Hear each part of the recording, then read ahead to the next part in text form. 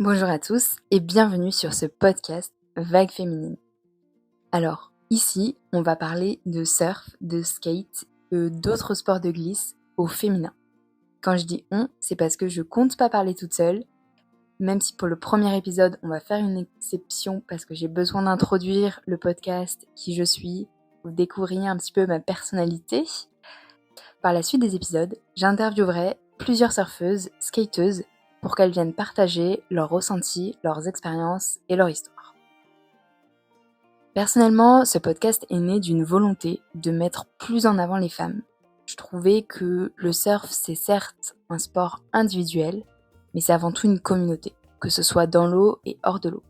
Et je trouvais qu'on n'était pas assez représentés dans cette communauté.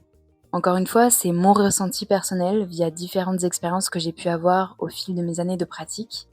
Il sera peut-être différent chez d'autres personnes, et c'est pour cela que je voulais en parler avec plusieurs surfeuses, et de toute façon ça nous permettra de mettre en avant leurs histoires, leurs expériences, et ainsi on se fera une place dans cette communauté.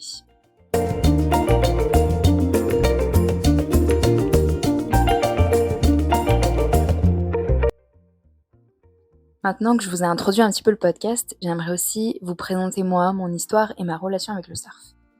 Alors évidemment, je ne suis pas une surfeuse professionnelle, mais je suis une surfeuse passionnée. Et je pense que ce mot passion, c'est un mot clé à retenir pour le podcast, puisque c'est ce qui va me guider dans mes échanges. En fait, je ne vais pas forcément chercher à interviewer des surfeuses professionnelles. S'il y en a, tant mieux. Mais ce que je recherche, c'est surtout des surfeuses qui sont passionnées. Passionnées de surf ou passionnées de skate, après tout. En tant que femme, on n'a pas toujours le meilleur rôle ou la meilleure place dans la société. Mais l'idée du podcast, c'est d'apporter de la légèreté et de faire entendre notre voix via notre passion, qui est le surf.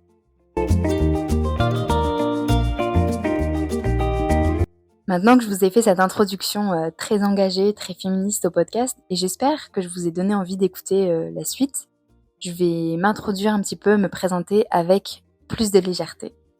Donc moi je m'appelle Marianne, j'ai 27 ans. Pour vous raconter mon histoire avec le surf, moi je viens pas du tout d'une famille de surfeurs. J'ai même pas grandi au bord de l'océan, au bord des vagues. Mais tous les étés, j'allais à l'île d'Oléron. Et sur l'île d'Oléron, dès l'âge de 5 ans, c'est là où j'ai appris à nager, à moins d'1 kilomètre des vagues. Et en fait, quand on m'a appris à nager, on m'a donné un super pouvoir, le pouvoir d'aller dans les vagues. C'est là que j'ai créé ma passion. Je passais tous mes étés entiers à jouer dans les vagues, à nager dans les vagues et à faire du bodyboard même. Un jour, j'ai vu mon petit frère se lever, se mettre debout sur son bodyboard. Et je me suis dit, mais moi aussi je veux faire ça. Mes parents, quand ils ont vu mon frère se mettre debout sur son bodyboard, ils se sont dit, on l'inscrit à un cours de surf. J'ai souvenir qu'ils me proposaient. Et en fait, à l'époque, il y avait que des garçons dans les cours de surf. Je les voyais tous les matins puisque j'étais à la plage des cours de surf. Et il y avait que des garçons. Et moi, j'étais encore une enfant. C'était un peu ce truc de les garçons font du foot, les filles font de la danse. En plus, c'était vraiment ça, je faisais de la danse. Et donc, j'allais pas aller dans un sport de garçons. Donc, comme je voyais qu'il y avait que des garçons, j'y suis pas allée. Non, je veux pas faire de surf. Voilà, donc j'ai pas fait ces cours de surf qui auraient pu m'apprendre dès mon plus jeune âge à me mettre debout parce que j'avais peur tout simplement. Je voyais aucune femme à laquelle m'identifier dans les élèves qui apprenaient. Donc c'était pas pour moi, je m'y reconnaissais pas, je pense. Je vous dis tout ça, j'en ai pas eu conscience sur le moment parce qu'évidemment je sais plus quel âge j'avais à l'époque, mais 8 ou 9 ans. Donc on réalise pas ces choses-là à ce moment-là, mais je les réalisais des années plus tard. Je me suis dit, mais qu'est-ce qui t'a empêché de faire du surf avec ton frère alors que je m'en souviens, que j'étais jalouse et que j'avais envie de faire comme lui. Mais heureusement, quelques années plus tard, ma mère, elle me propose de faire un stage UCPA d'équitation pendant l'été, au bord de la plage. Donc trop bien, moi j'étais fan d'équitation, classique comme je vous ai dit, j'étais vraiment la fille qui fait les sports de filles, donc danse, équitation, voilà. Donc je veux faire ça, et en fait, dans ce stage UCPA, il y avait la formule équitation, et il y avait aussi équitation plus surf. Et donc j'étais avec des filles qui étaient devenues mes copines pendant la semaine, qui faisaient du surf. Et c'est la première fois que j'ai vu qu'en fait des filles faisaient du surf. Des filles de mon âge, à l'époque je devais avoir peut-être 10, 11 ans, elles faisaient du surf. Moi j'ai fait que de l'équitation parce que je m'étais inscrite pour ça.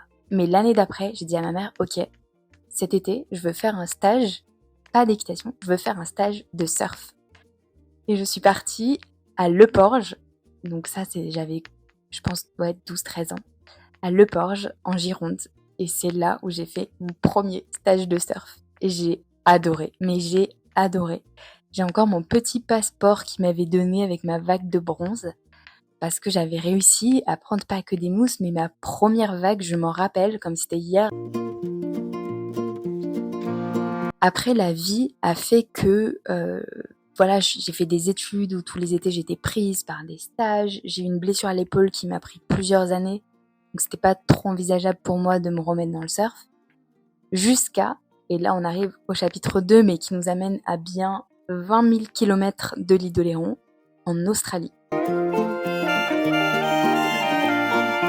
J'arrive en Australie pour 6 mois, pour un stage dans le cadre de mes études. Et moi, je me dis, bah oui, je vais peut-être faire 2-3 petites séances de surf par là, parce qu'après tout, j'avais essayé, j'aime bien, je vais en refaire, voilà. Mais j'ai pas idée de ce qui m'attend. C'est-à-dire que le premier week-end où je suis en Australie, je prends un cours de surf à Bondi Beach, la classique. Et immédiatement, je tombe amoureuse du surf, à nouveau. Je me dis, mais pourquoi j'ai attendu toutes ces années? J'ai attendu de traverser la planète pour faire ça. Et là, je sais au fond de moi, j'ai un truc qui se déclenche, je me dis, non, mais moi, je veux faire du surf, en fait. Il n'y a plus rien qui va m'arrêter pour faire du surf. Et dans ce cours, je me rappelle, j'avais réussi à me mettre debout dans les petites mousses. Et je me dis, bah, c'est bon, en fait, let's go. Une semaine après, je m'achète une combinaison. Et puis très rapidement, une planche d'occasion aussi, pour mes 6 mois, et pour aller surfer le plus souvent possible. Donc au début, j'y allais tous les week-ends, et après, j'ai carrément déménagé pour être plus proche de l'océan. Il faut y aller même le soir ou le matin, avant ou après le travail. Et voilà, et pendant 6 mois, en fait, je suis devenue complètement passionnée par le surf. En même temps, j'étais dans un pays, c'est l'Australie, c'est le royaume du surf. Ça, c'était en 2019. Et depuis 2019, depuis que je suis retournée en Australie, je n'ai pas arrêté. Alors, ça fait 6 ans, donc ma passion, elle a évolué. Ma pratique aussi, elle a évolué, heureusement. Mais voilà, je suis complètement tombée dedans. J'ai eu la chance de surfer dans plusieurs pays à travers différents voyages, de faire beaucoup de rencontres dans ce milieu-là. Et puis finalement, je me dis, j'ai pas grandi au bord de l'océan, certes. Bon, j'y allais quand même tous les étés. Mais j'ai la passion, et je pense que c'est ce qui compte dans la vie. Et voilà, on aura à mon avis des épisodes où on va parler du syndrome de l'imposteur, parce que je pense que je suis pas la seule. C'est un peu mon cas, et c'est ce qui m'a freinée aussi dans lancer ce podcast, c'est-à-dire qui suis-je pour parler de surf? Enfin, je viens même pas d'une famille de surfeurs. Si vous me voyez surfer, vous allez vous dire bon, ça va, enfin elle sait surfer, mais y a rien d'extraordinaire non plus, soyons honnêtes.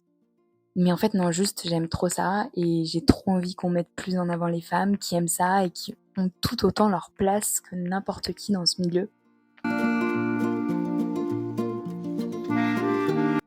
Voilà, en tout cas, j'ai hâte d'échanger avec vous toutes sur le surf, parce que c'est vraiment mon sujet préféré. Alors moi, j'adore parler, mais parler de surf, c'est encore ma deuxième passion après le surf, c'est parler de surf. Donc ce podcast va être vraiment chouette. Et puis on se dit à très vite.